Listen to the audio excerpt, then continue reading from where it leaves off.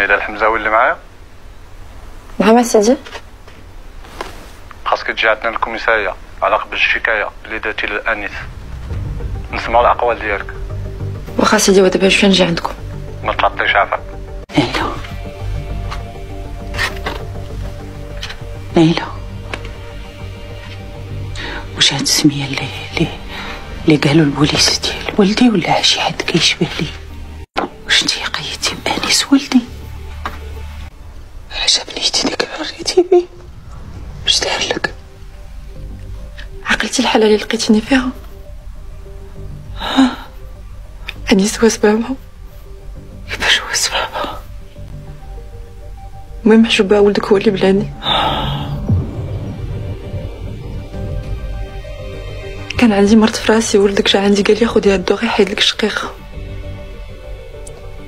وكانت لا دغوغ وكانت في بالو. المهم حجوبها انيس هو اللي خرج لي على حياتي وضيع لي عائلتي وخرجني للزنقه. هذا حقي.